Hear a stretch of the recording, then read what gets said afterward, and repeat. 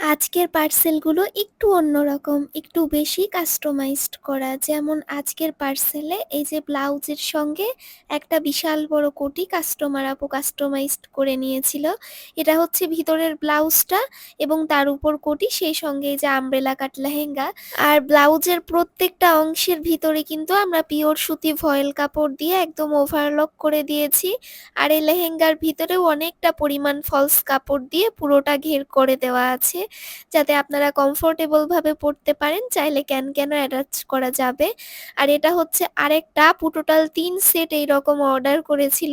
তো আমি পোস্ট দেওয়াতে অনেকেই ভেবেছিল এটা পাঞ্জাবি। এটা পাঞ্জাবি না, এটা হচ্ছে লং কোটি। একেকজন কাস্টমারের ডিমান্ড একেক রকম। তো কাস্টমার যেভাবে চায় আমরা সেভাবেই সেগুলো কাস্টমাইজড করে তৈরি করে থাকি।